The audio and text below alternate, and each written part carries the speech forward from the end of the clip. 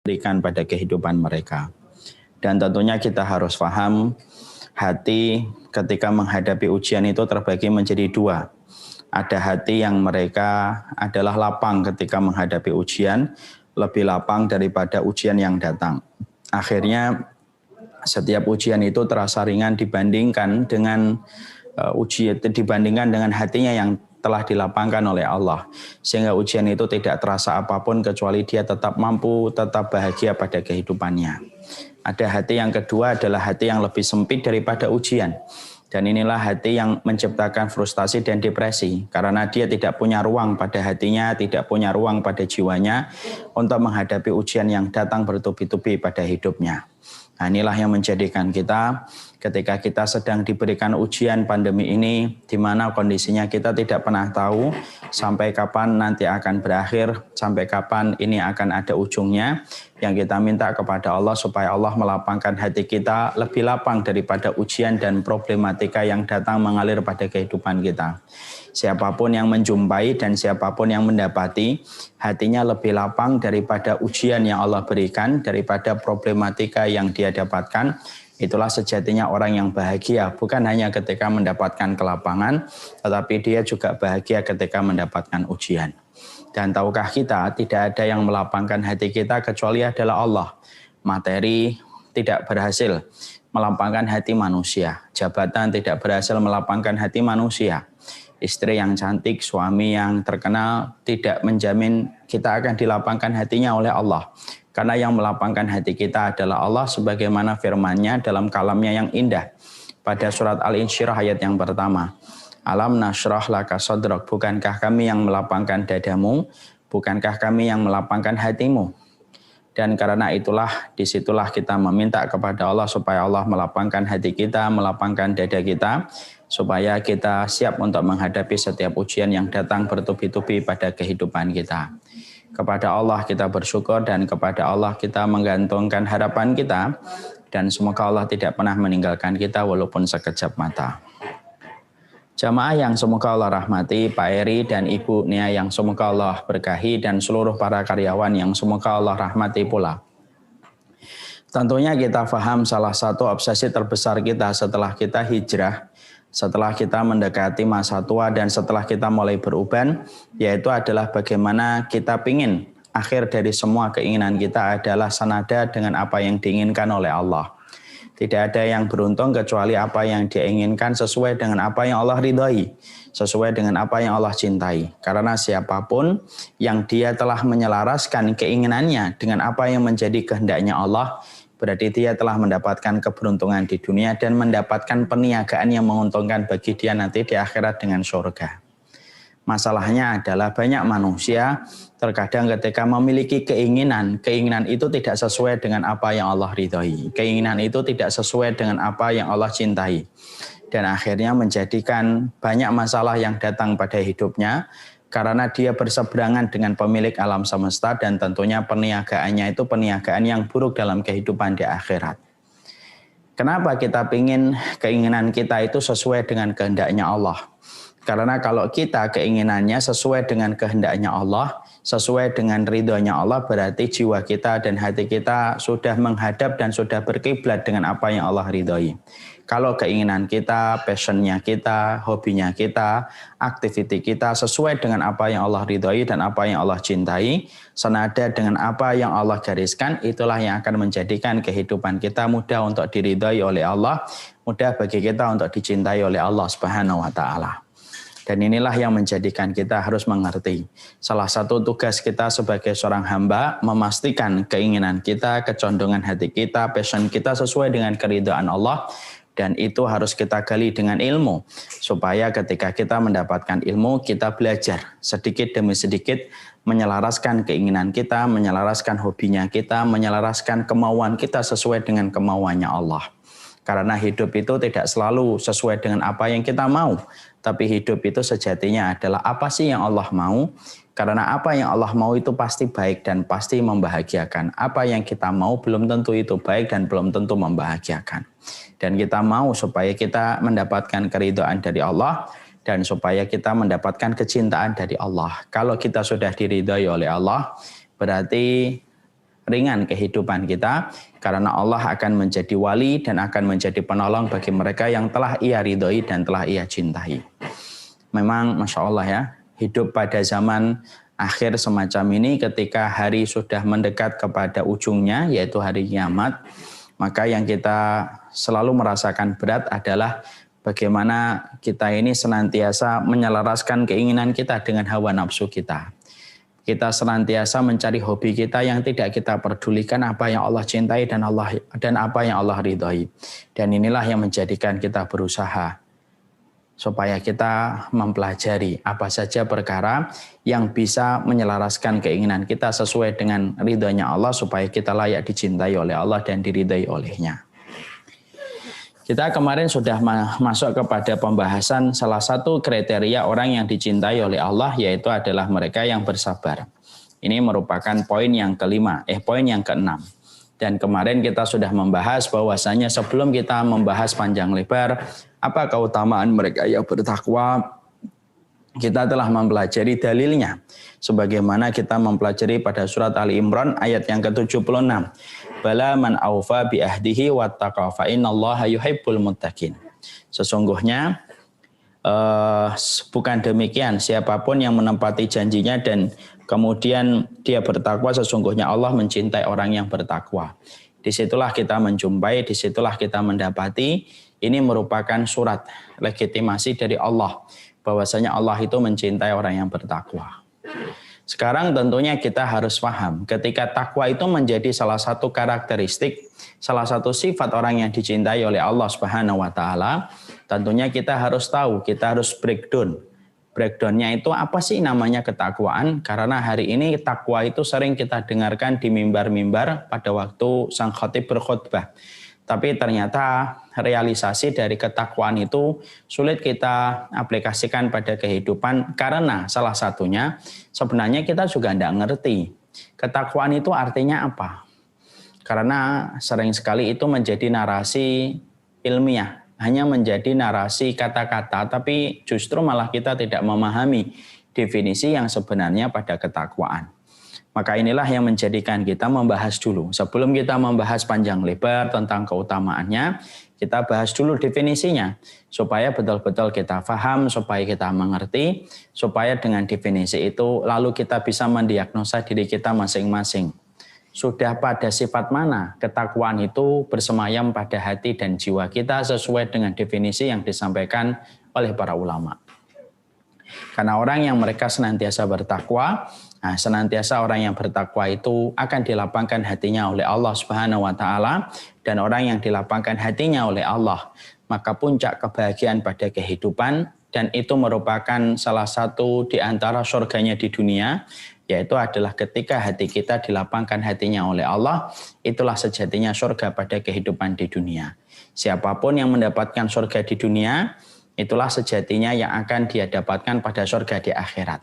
Tapi siapapun orang yang tidak mendapatkan surga di dunia dengan kelapangan hatinya, sulit membayangkan dirinya akan mendapatkan surga di akhirat kalau pada surga di dunia saja dia tidak mendapatkan dan dia tidak menjumpainya.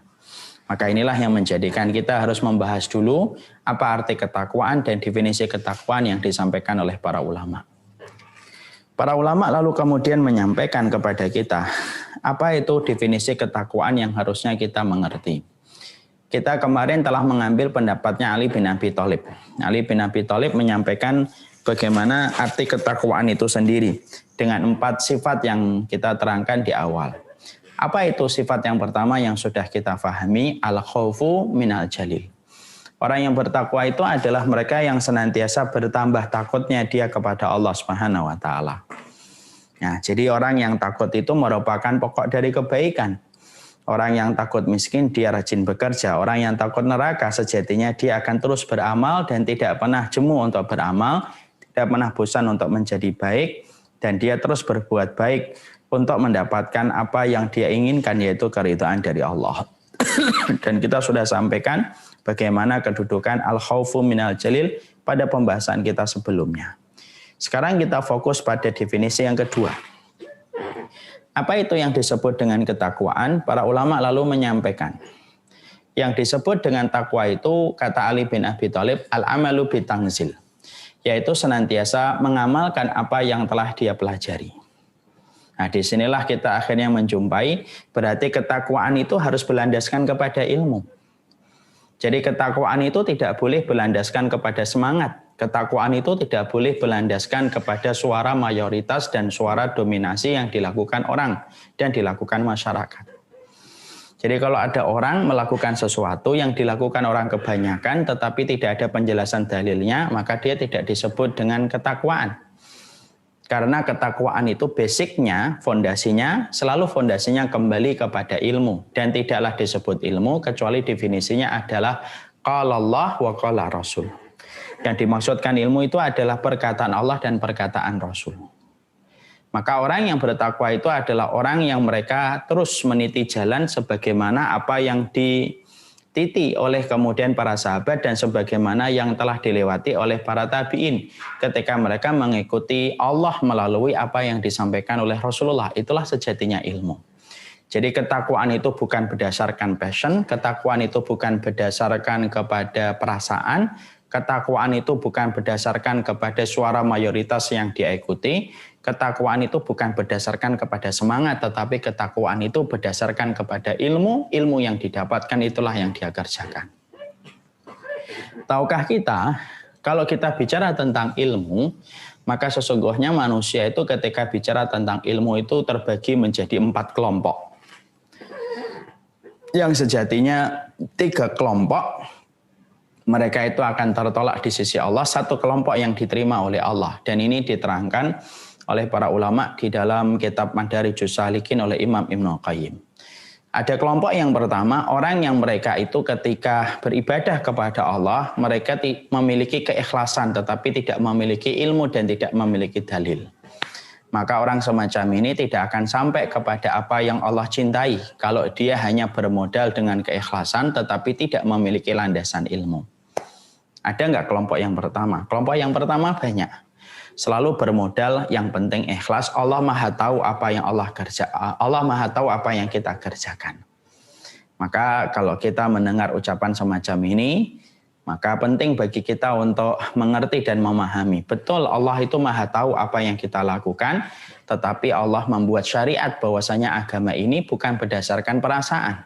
Tapi agama ini berdasarkan kepada syariat yang diturunkan melalui lisan Rasulullah. Allah turunkan Al-Quran, Allah utus kepada kita seorang nabi supaya betul-betul kita mengerti apa saja yang kita harus lakukan, bukan hanya bermodal dengan keikhlasan, tetapi juga harus membutuhkan ilmu. Karena setiap keikhlasan yang tidak dilandasi dengan ilmu tidak akan pernah diterima oleh Allah. Nah, yang penting kan baik, Ustadz, betul. Yang penting baik, tapi baik itu harus butuh yang benar. Dan baik dan benar itu sejatinya tidak terpisahkan. Dan kita harus ingat apa yang dikatakan oleh Abdullah bin Mas'ud, kam min muridil khair la yusibuh. Berapa banyak orang yang niatnya berbuat baik, tetapi dia tidak mendapatkan apa yang dia lakukan walaupun niatnya itu tulus karena Allah. Karena apa yang dilakukan tidak sesuai dengan dalil yang disampaikan oleh Allah. Karena Allah itu ingin disembah dengan dalil, itulah hikmahnya kenapa Allah utus pada kehidupan kita seorang nabi dan Allah turunkan kepada kita seorang rasul. Dan Allah turunkan kepada kita kitabullah yaitu adalah Al-Quran. Ya, yang pertama, mereka punya ikhlas. Jadi kalau ikhlas, ikhlas banget. Tapi apa yang mereka lakukan tidak diperintahkan oleh Allah. Apa yang mereka lakukan tidak pernah diperintahkan dan disyariatkan oleh Rasulullah. Maka hati-hati. Orang-orang semacam ini adalah orang yang dikategorikan oleh para ulama. Mereka bermodal keikhlasan tetapi tidak memiliki ilmu. Dan sesungguhnya Allah pasti menanyakan kepada kita ilmu. Supaya setiap orang tidak mereka-reka dan supaya tidak semua orang merekayasa apa yang mereka lakukan kecuali mereka bertanggung jawab terhadap apa yang mereka lakukan sesuai dengan referensi yang mereka dapatkan. Maaf ya, bukankah S1 ketika akan mendapatkan gelar sebelum dia mendapatkan gelarnya ada ujian skripsi. Dan begitu detailnya ujian skripsi, ditanya satu persatu bagaimana dalam ujian itu, ditanya referensinya dari mana, literasinya bagaimana. Kalau ada tulisan-tulisan, beberapa lembar tidak ada referensinya, ditolak. Kalaulah hanya urusan skripsi ternyata ada referensi yang jelas supaya skripsi itu diterima dan sah menjadikan seseorang mendapatkan gelar, apalagi persoalan kita di hadapan Allah. Butuh ilmu, butuh dalil. Karena agama ini adalah agama ilmu, bukan agama yang menekankan kepada semangat, bukan agama yang menekankan kepada perasaan, bukan agama yang menetapkan berdasarkan logika. Agama ini menempatkan logika, perasaan, semangat dipandu dengan ilmu karena komandannya itu ilmu. Komandannya bukan perasaan, komandannya bukan semangat, komandannya bukan prasangka dan logika. Komandan dalam kehidupan orang yang beriman adalah ilmu. Ini kelompok yang pertama. Kelompok yang kedua, ada mereka itu memiliki ilmu tetapi tidak memiliki keikhlasan. Ini juga sama parahnya dengan yang pertama. Mereka punya ilmu, mereka mampu menyebutkan dalilnya, tetapi ternyata mereka tidak memiliki sisi keikhlasan. Sehingga walaupun mereka memiliki dalilnya, mereka memiliki ilmunya, yang merupakan salah satu sifat orang yang bertakwa yaitu memiliki ilmu, tapi ketika semua ilmu yang mereka raih dan mereka genggam dan mereka mampu pertanggungjawabkan secara referensi dan literasi, ternyata tidak diiringi dengan komitmen menjaga hatinya dan keikhlasan hatinya. Orang yang tidak memperlihatkan komitmen kepada keikhlasan walaupun dia mendapatkan ilmu, mampu menjabarkan ilmu, mampu menyampaikan referensi-referensi ilmu, tetapi ketika dia tidak memiliki keikhlasan, sejatinya semua yang dia lakukan tidak akan diterima oleh Allah. Karena ilmu memanggil keikhlasan dan ikhlas memanggil ilmu dan tidak terpisahkan. Layaknya baju dengan celana yang tidak terpisahkan. Layaknya handphone dengan chargernya yang tidak terpisahkan. Layaknya jendela dengan pintu yang tidak terpisahkan. Dan itulah sejatinya yang kita dapatkan. Sesungguhnya ada kelompok yang kedua, punya dalil, punya ilmu, punya petunjuk. Mereka mampu bertanggung jawab secara referensi dan literasi.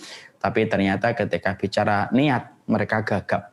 Mereka tidak mampu menyebutkan niat dan ikhlas, mereka tidak mampu menempatkan keikhlasan pada hatinya, maka seketika ilmunya tidak tersisa, menguap dan tidak ada yang diterima oleh Allah walaupun sejengkal, karena ilmu tanpa keikhlasan sebagaimana celana tanpa baju. Itu yang kedua. Ada kelompok yang ketiga, yaitu mereka yang tidak pernah peduli tentang keikhlasan dan tidak peduli tentang ilmu. Ini yang paling parah. Mereka tidak peduli tentang ilmu, tidak peduli tentang ikhlas. Bagi mereka itu ya kehidupan itu ya santai-santai aja.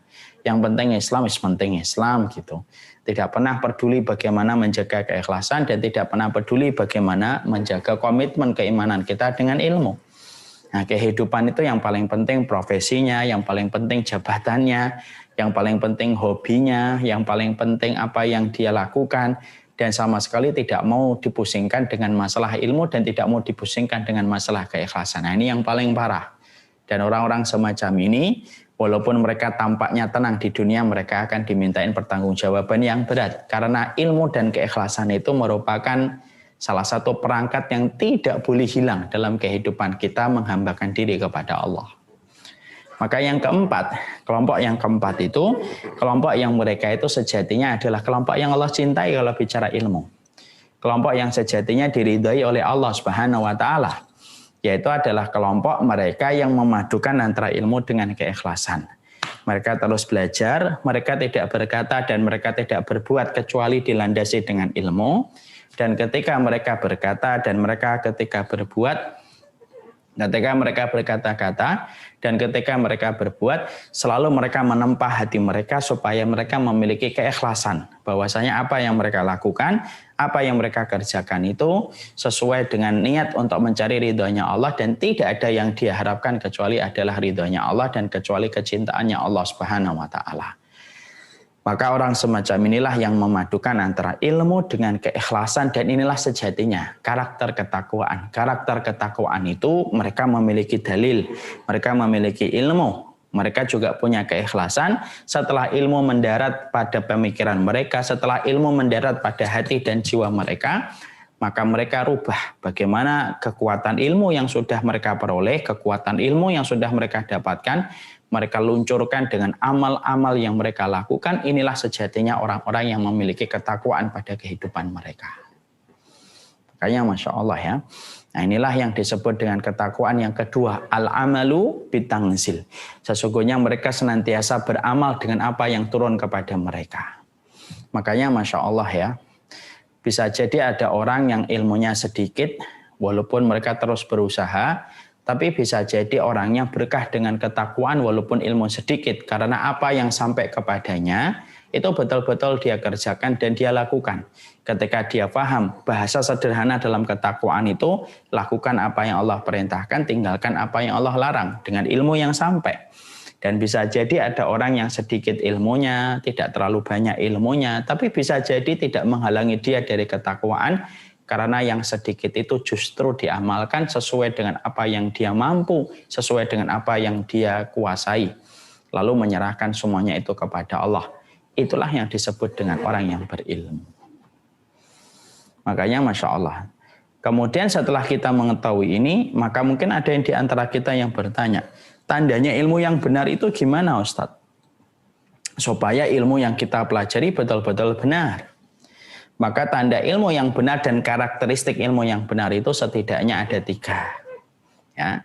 Jadi nanti kalau kita mendapatkan karakteristik satu persatu dari 3 perkara ini, berarti ini merupakan ini merupakan kesatuan dari karakteristik ilmu yang benar. Ilmu yang benar itu memiliki karakteristik 3, sifatnya ada 3. Jadi kalau kemudian kita mendapatkan ini, berarti kita berada pada ilmu yang betul-betul bersambung dengan Nabi, yang betul-betul bernasab dengan Nabi. Jadi kalau ilmu yang diajarkan Nabi itu intinya kalau disederhanakan itu ada 3 sifat yang melekat pada setiap ilmu yang diajarkan oleh Nabi. Dan ini harus kita bahas. Kenapa harus kita bahas? Karena sesungguhnya kita membahas ini karena sesungguhnya ketakwaan itu berkaitan dengan ilmu. Dan ilmu itu harus betul-betul kita screening supaya betul-betul ilmu yang sesuai dengan apa yang diajarkan Nabi. Karena ilmu hari ini ketika di zaman fitnah, banyak perkara-perkara yang terkadang kita sangka itu ilmu, tapi padahal itu bukan ilmu. Dan kita harus betul-betul memperhatikan karakteristik ilmu yang benar itu apa? Yang betul-betul diajarkan Nabi, yang betul-betul difahami oleh para sahabat-sahabat Nabi, yang menjadi murid pertamanya Nabi, yang betul-betul dipelajari para tabi'in ketika mereka mempelajari dari sahabat Rasulullah Sallallahu Alaihi Wasallam. Nah itulah yang menjadikan kita harus paham.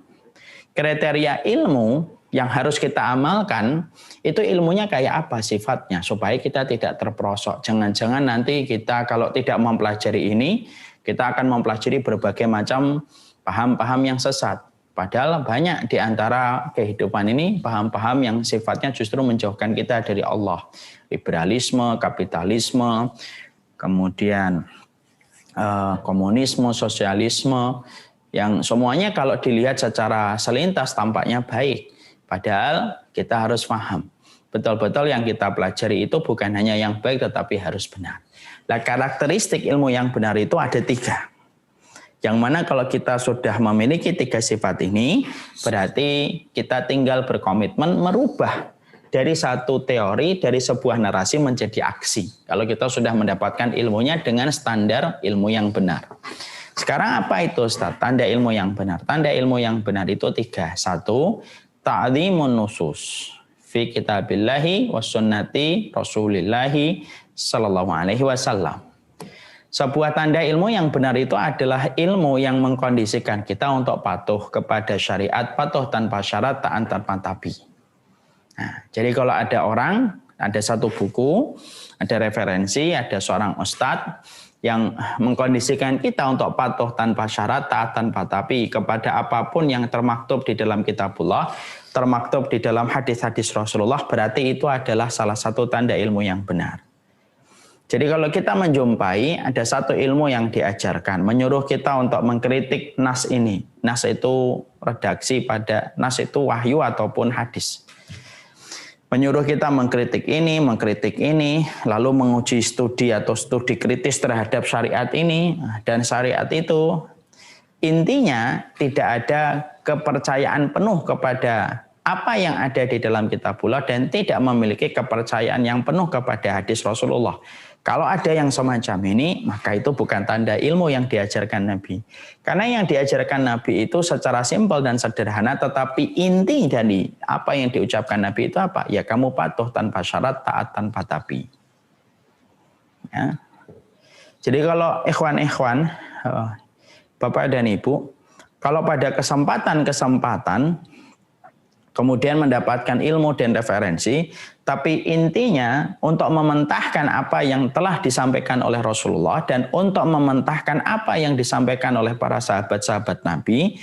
Para sahabat Nabi mengatakan A, kemudian ada orang berkata, sebenarnya nggak gitu-gitu amat. Seakan-akan dia lebih tahu daripada sahabat Nabi yang sifatnya mementahkan apa yang menjadi komitmen kita untuk patuh tanpa syarat, taat tanpa tapi, maka hati-hati. Walaupun itu terkadang dibumbui dengan narasi dan pemilihan kata dan diksi yang indah, tapi sejatinya bukan itu ilmu yang benar, yang sejatinya menjadi perhiasan dalam ketakwaan. Karena ketakwaan itu sejalan dengan ilmu, dan intinya ilmu adalah kepatuhan tanpa syarat, ketaatan tanpa tapi. Ya. Dan kalau kemudian ada orang ketika mengklaim mendapatkan ilmu, lalu dia mengkritik ini, mengadakan studi kritis ini, studi kritis itu, maka sesungguhnya sifat orang yang perkara yang membedakan antara keimanan dengan kemunafikan yang sangat dibenci oleh Allah itu apa? Yaitu salah satu pembeda, furqan, yang membedakan antara sifat keimanan dan kemunafikan. Orang mukmin itu orang yang memberikan kepatuhan secara penuh kepada Allah dan Rasul-Nya terhadap setiap nas yang dia dapatkan dalam Al-Quran ataupun dalam hadis. Beda dengan munafik. Munafik itu selalu ketika dia mendapati nas, baik itu ada di dalam Al-Quran ataupun ada yang ada di dalam hadis, maka mereka akan memilih sesuai dengan selera dan frekuensi mereka. Kalau sesuai dengan frekuensi mereka, mereka terima. Kalau tidak sesuai dengan frekuensi mereka, mereka komentari, mereka omongin macam-macam, dan mereka tidak percaya diri terhadap syariat Islam. Makanya kalau hari ini kita sering berjumpa manusia yang sudah tidak lagi percaya diri dengan keislaman dia, yang bisa kita katakan dengan mereka itu orang yang suka ngeritik gitu ya. Saya pernah menjumpai ada seseorang itu mengkritik Islam, mengkritik kaum muslimin gitu. Dikatakan muslim ini terbelakang, banyak yang bodoh gitu. Saya ketika melihat video itu tuh pengen marah tapi mencoba untuk realistis gitu. Saya lihat orang yang ngomong itu, yang katanya dosen. Nah, saya lihat kehidupannya juga nggak maju, kehidupan juga dia biasa-biasa aja, nggak ada yang istimewa dalam hidupnya, tapi suka mengkritik Islam dan mengkritik syariatnya Allah. Kalau ada orang yang suka mengkritik syariatnya Allah, berarti dia telah keluar dari rel ilmu yang benar. Dan sesungguhnya narasi yang kita sampaikan kepada mereka itu sederhana. Katakan sama mereka, orang yang suka mengkritik kepada syariat Allah, mengadakan studi kritis kepada hadis-hadis Nabi, tidak ada kepercayaan penuh kepada kebenaran mutlak yang dimiliki oleh Allah dan Rasul-Nya ketika telah sampai kepada kita dengan hadis yang sahih, maka kita katakan kepada mereka, kalaulah Islam itu tidak lagi baik menurut dirimu ketika kamu banyak mengkritik, lalu alasan apa kamu mempertahankan keislaman kamu hari ini? Jadi pembeda antara keimanan dengan kemunafikan merupakan predikat yang paling dibenci oleh Allah itu apa? Orang munafik itu tidak pernah mau tunduk dan patuh kepada kitabullah kecuali sesuai dengan frekuensi yang mereka inginkan. Kalau tidak sesuai dengan frekuensi, hobinya, channelnya tidak sesuai dengan channelnya mereka akan tolak. Mereka kritisi, mereka bicara seakan-akan mereka lebih tahu daripada Allah, seakan-akan mereka lebih mengerti daripada Rasulullah Shallallahu Alaihi Wasallam. Sehingga banyak syariatnya Nabi akhirnya mentah bagi kalangan mereka. Dan mereka suka berkata, ini zaman onta apa harus begitu? Apakah ini zaman padang pasir apa? Dan selalu membenci kepada sesuatu yang sifatnya berbau Islam. Bahkan bisa jadi Arab pun mereka benci karena mungkin berbau keislaman. Nah, orang semacam inilah kita harus mengerti. Salah satu di antara karakteristik ilmu yang benar, yaitu adalah mereka yang mengkondisikan kita untuk patuh tanpa syarat, taat tanpa tapi. Itu yang pertama. Yang kedua, yaitu adalah tanda dan karakteristik ilmu yang benar itu yang kedua, sihatul faham. yaitu adalah bagaimana dia memiliki pemahaman yang benar. Pemahaman yang benar itu artinya ketika dia mendapatkan ayat-ayat suci Al-Quran, maka dia harus kembalikan setiap ayat suci Al-Quran itu kembalinya kepada dalil. Setiap dia membaca ayat suci Al-Quran dikembalikan pemahamannya sebagaimana para sahabat. Dan dia tidak menafsirkan sendiri. Karena Quran itu, sejatinya Quran ini akan kemudian menjadi berbeda-beda kalau kemudian kita itu mengembalikan Al-Quran itu sesuai dengan pemahaman kita dan tidak kita kembalikan kepada hadis. Jadi kalau Al-Quran ini kita kemudian tafsirkan sendiri, itu bisa kemana-mana. Bisa kemana-mana Quran itu. Sesuai dengan kehendak orang yang ingin untuk mengambilnya dan kemudian dia mungkin akan tinggalkan. Padahal Quran itu memiliki pakem yang telah diajarkan oleh Nabi. Maksudnya ayat ini begini, maksudnya ayat ini begini, dan semuanya telah disampaikan Nabi. Mengembalikan pemahaman kita, tafsirnya kita, takwilnya kita, sesuai dengan apa yang diajarkan Nabi dan sesuai yang diajarkan oleh para sahabat itu merupakan harga mati yang tidak bisa ditawar. Merupakan harga mati yang tidak bisa ditawar. Kalau ada orang yang kemudian mereka mencoba untuk menawar dan meninggalkan ini, lalu mereka tidak mau memakai tafsir yang disampaikan oleh Nabi, lalu kemudian mereka tidak mau untuk melihat apa yang telah disampaikan oleh Rasulullah SAW dan difahami oleh Rasulullah SAW, maka sesungguhnya inilah orang-orang yang bermasalah dalam ilmunya. Nah, saya akan sampaikan sebuah kisah nyata ini. Beberapa hari yang lalu, ada seseorang yang suka sekali dia mengolok-olok kaum muslimin. Semoga Allah memberikan rahmat kepadanya. Dia mengkritik tentang penamaan kata kafir. Lalu kemudian dia mengambil satu ayat yang diambil olehnya surat Al-Baqarah 62. Innal ladzina amanu walladzina hadu wan nasara wasabiina man amana billahi wal yaumil akhir wa amila salihan falahum ajruhum inda rabbihim wala khaufun alaihim wala hum yahzanun. Surat Al-Baqarah 62. Lalu artinya adalah sesungguhnya orang yang beriman dari kalangan Yahudi, orang Nasara, orang Sabiin, siapa saja di antara mereka yang beriman kepada Allah dan hari akhir dan melakukan kebaikan, mereka mendapatkan pahala di sisi Allah. Mereka tidak ada rasa takut dan mereka tidak bersedih. Orang ini lalu memakai dalil ini bahwasanya semua agama itu sama. Dia mengambil satu ayat ini. Satu ayat ini diambil. Lalu kemudian mengkritik keras tentang penamaan kata kekafiran atau kata kafir. Maaf ya, kata kafir itu bukan kasar. Kata kafir itu menjelaskan status orang yang mereka menutup dirinya dari cahaya iman yang didatangkan oleh Allah dan Rasulnya. Itu bukan kata-kata kasar. Sebenarnya ada yang lebih kasar. Setiap agama selalu memiliki nama dan status yang disematkan kepada orang yang belum beriman kepada agama mereka. Tetapi uniknya hanya Islam yang sekarang dipermasalahkan. Nah inilah zaman fitnah. Padahal pada agama-agama yang lain juga punya.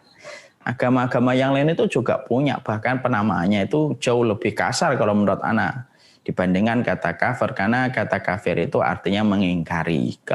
Yang sifatnya tidak mau untuk menerima hidayah Allah dan Rasulnya. Sekarang mari kita kembalikan kepada tadi. Orang ini, ya, saya tidak ngerti memang orang ini mungkin dibayar hanya untuk membuat kegaduhan. Lalu mengambil surat Al-Baqarah 62 ini untuk menjadi dalih dan pembenaran bahwasanya orang kafir itu tidak ada. Berpegang pada surat Al-Baqarah 62. Padahal surat Al-Baqarah 62 kalau kita membuka tafsirnya kita akan menjumpai keterangan yang sangat jelas. Ayat ini turun kepada umat sebelum Rasulullah, sebelum mereka bertemu dengan Nabi dan sebelum Rasulullah diutus menjadi Nabi. Ayat ini berbicara tentang mereka. Tapi setelah diutusnya Rasulullah SAW, maka kita harus memahami ayat ini tidak berdiri sendiri. Ada ayat-ayat yang banyak yang kemudian berkaitan satu dengan yang lainnya. Contohnya di dalam surat Al-Bayyinah, lam yakunil ladzina kafaru min ahlil kitabi wal musyrikina fi nari jahannam. Orang-orang ahlul kitab, orang-orang musyrikin itu mereka itu kafir. Innal ladzina kafaru, orang-orang kafir itu siapa? Ahlul kitab dan orang-orang musyrikin, dan mereka di dalam neraka kalau mereka mati membawa keyakinan itu sampai dia tidak beriman kepada Allah hingga maut menjemput mereka. Nah, itulah bahayanya kalau kita memakai tafsir tidak menggunakan pemahaman yang benar. Karena pemahaman yang benar itu menggunakan tafsir yang benar. Dan itulah sejatinya yang mengkhawatirkan orang yang kadang-kadang mendatangkan ayat. Kalau kita tidak kuat ilmunya, tidak kuat referensinya, kita langsung terpesona dengan ayat yang dia bawa. Padahal ayat itu akan dibentuk sama dia sesuai dengan keinginan dia dan dia meninggalkan bagaimana pemahaman yang sebenarnya pada ayat itu. Ayat itu bisa dibawa kemana-mana kalau tidak mau berkomitmen untuk mengembalikan kepada apa yang disampaikan oleh Nabi. Nah, itulah bahayanya sekarang. Jadi ajaran sesat itu bukan karena semata-mata tidak memiliki dalil di dalam Al-Quran. Kadang-kadang ada dalilnya di dalam Al-Quran tetapi tidak sesuai dengan konteks yang disampaikan oleh Nabi. Padahal setiap ayat itu ada sesuai dengan konteksnya. Nabi ketika Al-Baqarah turun, Nabi menyampaikan apa sih artinya. Dan itu direkam oleh para sahabat. Para sahabat mengajarkan kepada tabi'in, tabi'in mengajarkan kepada tabi'ut tabi'in. Sampai akhirnya banyaklah tafsir-tafsir yang muktabar, tafsir-tafsir yang diakui oleh umat. Tafsir Imam Ibnu Katsir, tafsir At-Tabari, tafsir Asy-Syaukani. Dan itu sejatinya kita harus mengerti. Karena sesungguhnya bersambung kepada Nabi di dalam memahami ayat itu penting. Makanya kalau kita menjumpai ada orang menyampaikan ilmu pada kehidupan kita, ternyata ketika dia sampaikan masalah ilmu, ayat yang dia sampaikan ternyata tidak dikembalikan kepada tafsir-tafsir yang benar, tidak dikembalikan kepada tafsir-tafsir yang utuh, maka itulah sejatinya yang bisa menjadikan seseorang, dan itulah yang bisa menjadikan seseorang itu jatuh dan terperosok kepada kerusakan di dalam ilmu ketika dia tidak mengembalikan tafsir sesuai dengan pemahaman yang benar. Nah, makanya yang kedua itu apa? Pemahaman yang benar. Pemahaman yang benar itu kembalinya kepada Nabi, kepada Rasul, dan kepada para sahabat dan para tabi'in yang mereka itu mengetahui bagaimana Quran itu ketika diturunkan. Makanya harus dikembalikan kepada tafsir. Dan tidak sembarangan tafsir. Ya, tapi betul-betul tafsir yang merujuk kepada apa yang disampaikan oleh Nabi kepada para sahabat. Karena apa? Itulah ajaran yang benar. Karena yang mengetahui maksudnya Al-Quran itu hanya Rasulullah. Dan Rasulullah itulah yang dibimbing oleh Allah untuk mengetahui maksud dalam setiap ayat-ayatnya Allah. Dan itulah yang disampaikan Rasul kepada para sahabat. Kemudian yang ketiga yang kita harus pahami, karakteristik ilmu yang benar itu adalah yang ketiga yaitu adalah al-i'timad ala sunnah as-sahihah. Dia harus berpegang dan bersandar kepada sunnah yang betul-betul lurus.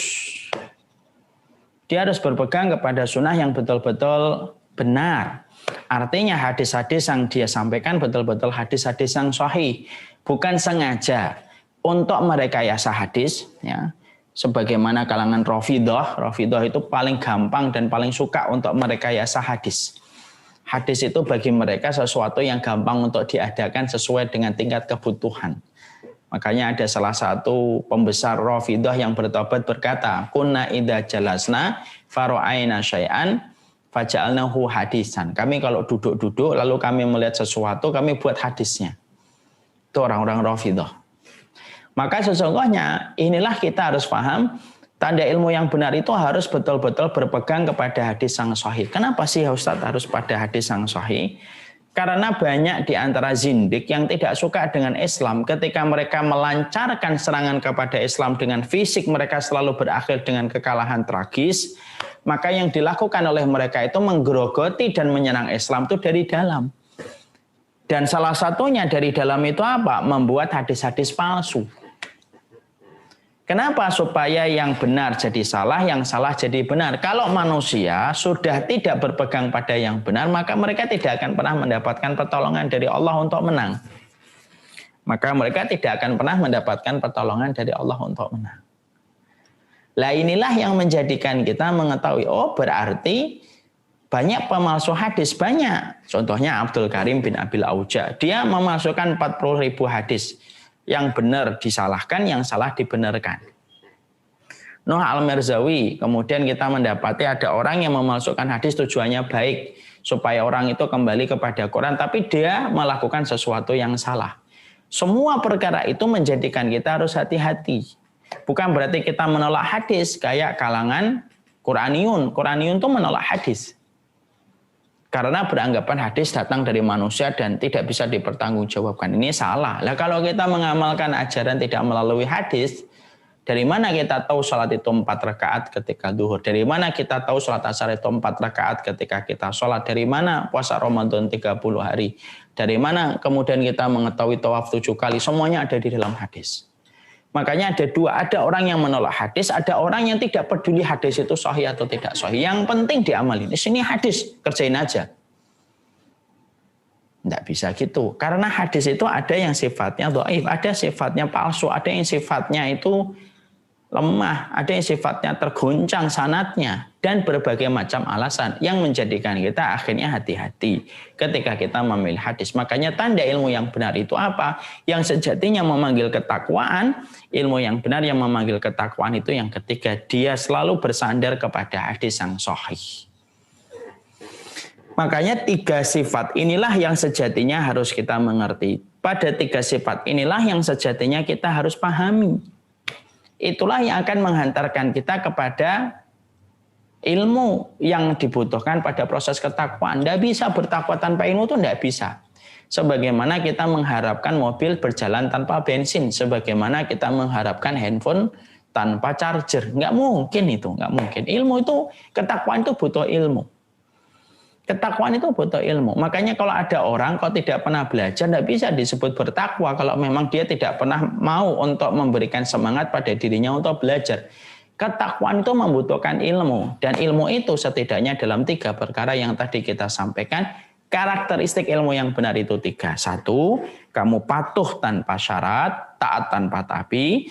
2, kamu kembalikan setiap ayat-ayatnya itu dengan tafsir yang benar dan takwil yang benar. Kemudian yang ketiga, memastikan setiap sumber pengambilan hadismu itu hadis yang sahih dan kamu tidak serampangan, kamu tidak sembarangan.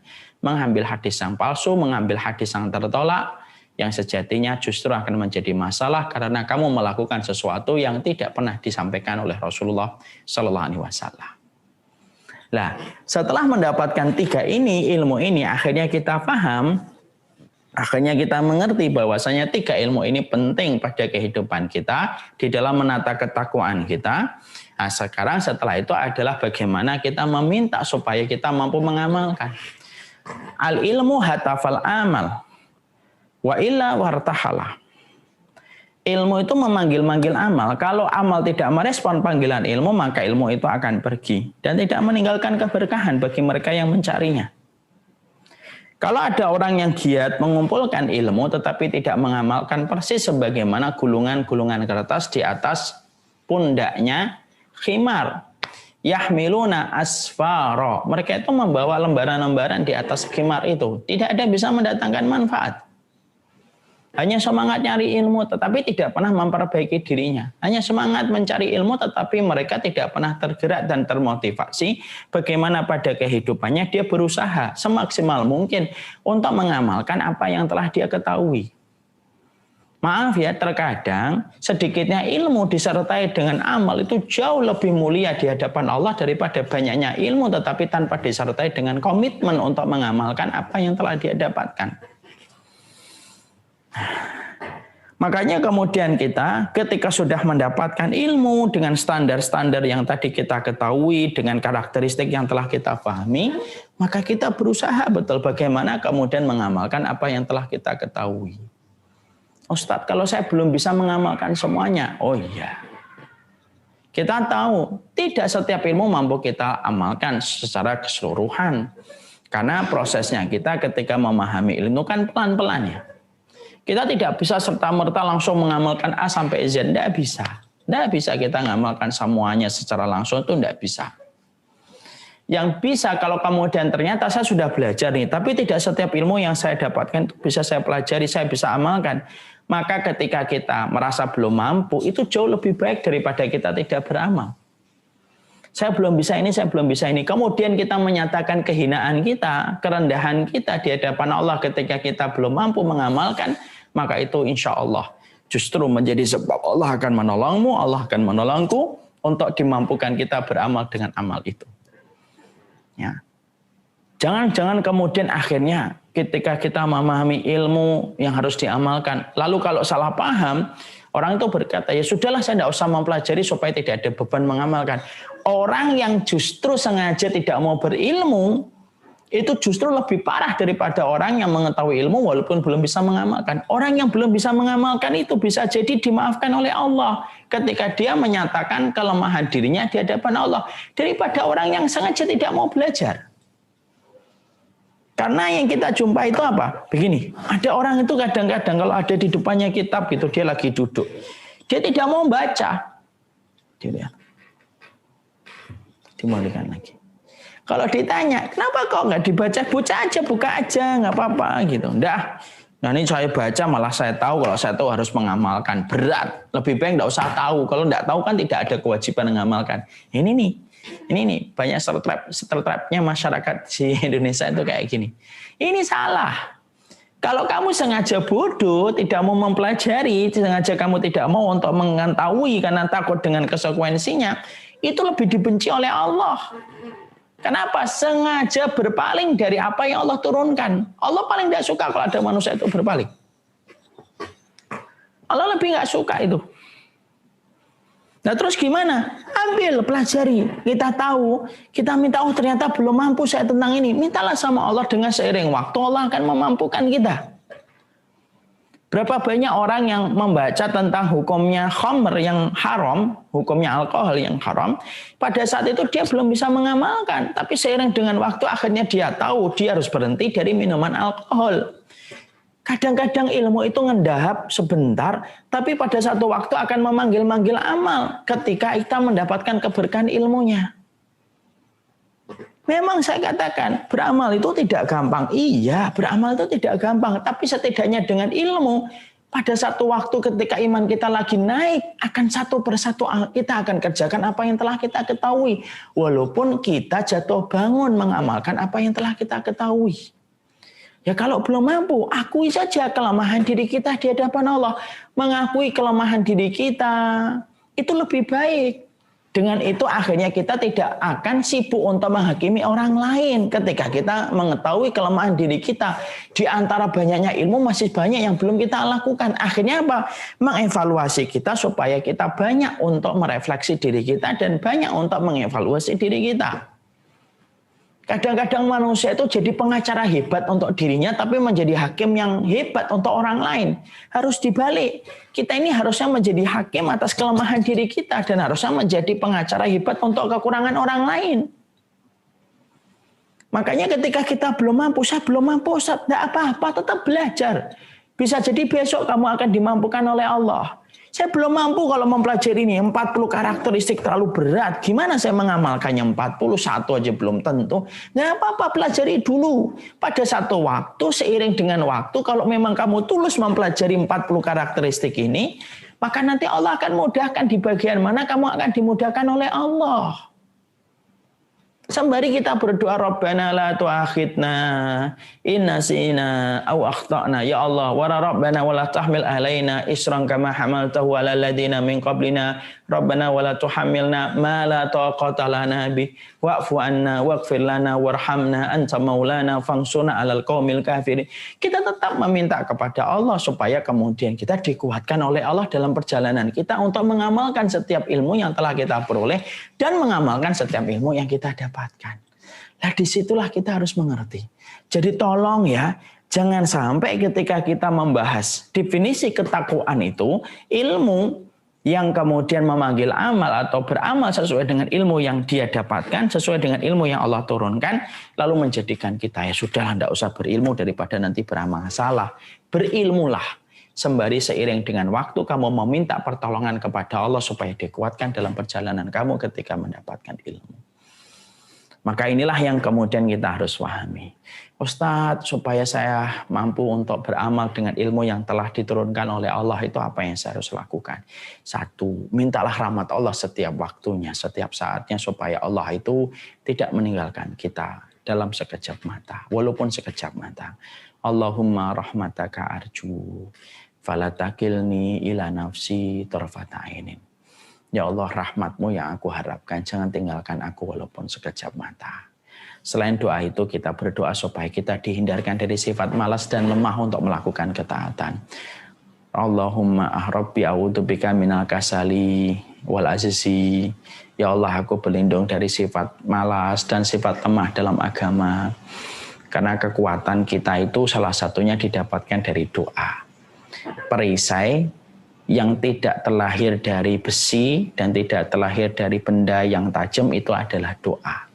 Makanya Rasulullah SAW silahul mu'min ad-doa. Senjatanya orang yang beriman itu doa. Kalau kemudian kita sudah mulai mengamalkan, kok ternyata masih banyak yang kurang, banyaklah berdoa supaya Allah itu mengampuni kekurangan kita. Rabbana la tu'akhidna in nasina aw akhtana rabbana wa la tahmil alaina isran kama hamaltahu ala ladina min qablina rabbana wa la tuhammilna ma la taqata lana bih wa'fu anna waghfir lana warhamna anta maulana fansurna 'alal qaumil kafirin. Yang kedua yaitu adalah banyak-banyak berkumpul sama orang solih yang senantiasa mereka mengamalkan apa yang mereka pelajari. Lama-lama cipratan-cipratan kesolehan mereka itu membasahi dinding-dinding hati kita. Ketika kita sering memperhatikan mereka, berinteraksi dengan mereka, akhirnya menjadikan kebaikan untuk kehidupan kita. Itu bisa mengecas, itu bisa memberikan energi dan power yang tidak terlihat untuk memberikan kekuatan bagi kita supaya kita bisa beramal dengan ilmu yang kita dapatkan. Berkumpul sama orang soleh. Yang ketiga, jadikan pasangan-pasangan hidup kita itu partner kita menuju kepada kebaikan amal yang sudah kita, pada kebaikan ilmu yang sudah kita dapatkan untuk beramal. Beramal sendirian itu terkadang berat. Kalau ditemani itu menjadi lebih ringan. Olahraga pagi itu kalau sendirian berat banget, tapi kalau ditemani sama suami atau istri menjadi ringan. Sama, kadang-kadang tahajud itu berat kalau dilakukan sendirian, tapi kalau saling membangunkan, maka itu akan menjadi lebih ringan. Artinya, pastikan orang-orang yang ada di sekitar kita menjadi partner kita menuju kepada aplikasi dan realisasi pada setiap ilmu supaya kita mampu amalkan. Jalan, sedekah, kemudian ngomong nanti kalau kita temuin orang tidak mampu, yuk belajar bareng-bareng, yuk kita memberikan harta yang terbaik kita untuk dia, kita belajar untuk memberikan hadiah terbaik kita untuk dia. Nah, kalau suami istri sudah sepakat, sejalan, senada, dan seirama, itu memberikan keringanan kita bagi untuk beramal. Makanya bagi karyawan yang belum menikah, pastikan kalian itu mendapatkan jodoh yang sekiranya bisa menjadi partner kalian untuk mengamalkan setiap ilmu yang nanti kita akan pelajari atau yang nanti akan dipelajari. Maka itulah sejatinya yang kita harus mengerti. Jadi kalau kita memang hari ini berada pada kondisi berat, itu banyaklah berdoa, berkumpul sama orang yang solih. Jadikan orang-orang terdekat kita itu menjadi partner kebaikan kita menuju kepada Allah Subhanahu wa Ta'ala.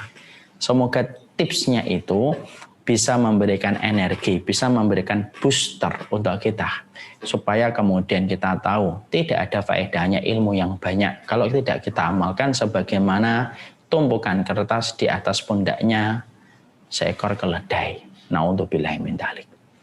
Kemudian yang berikutnya, yang ketiga. Apa itu definisi dari ketakwaan? Nah, inilah sejatinya yang nanti kita akan bahas pada pertemuan kita selanjutnya. Tidak terasa sudah 1 jam, sudah jam 5 lebih 5 menit, kita akan lanjutkan dengan tanya jawab. Semoga Allah memberikan keberkahan untuk kita semuanya. Semoga kita tetap mengetahui bagaimana seharusnya kita bisa melangkahkan kaki pada setiap anak tangga yang bisa menghantarkan kita kepada kecintaan kepada Allah Subhanahu wa Ta'ala. Nah, ini yang dapat saya sampaikan. Mari kita perluas waktu yang tersisa dengan tanya jawab. Saya serahkan kembali kepada Mas Abu Rakila. Silakan Akhil Karim. Ya, Ustaz. Jazakumullah khair. Nah, kita mulai sesi tanya jawab. Mungkin kalau misalkan ada yang mau interaksi juga bisa raise hand. Tapi sebelumnya saya bacakan yang sudah masuk lewat kolom Q&A. Yang pertama dari Anta, sejauh mana ilmu agama yang harus kita kuasai minimalnya? Karena demikian luasnya ilmu agama Islam ini. seluas samudra. Bagaimana agar kita bisa meraih ilmu agama tersebut? Gimana Mas Sabto? Gimana ilmu agama? Sejauh mana ilmu agama yang harus kita kuasai, Ustaz? Minimalnya lah, minimal untuk kita dapetin ilmu agama sejauh mana? Oh ya, ilmu agama itu yang paling penting dan paling fondasi itu adalah tauhidnya dulu kita harus benarkan. Bagaimana berakidah yang benar, bertauhid yang benar, bagaimana pembatal-pembatal keislaman, lalu kita mempelajari tazkiyatun nafas, penyucian hati kita dan jiwa kita. Itu termasuk salah satu di antara pencapaian ilmu yang harusnya secara minimal kita pelajari.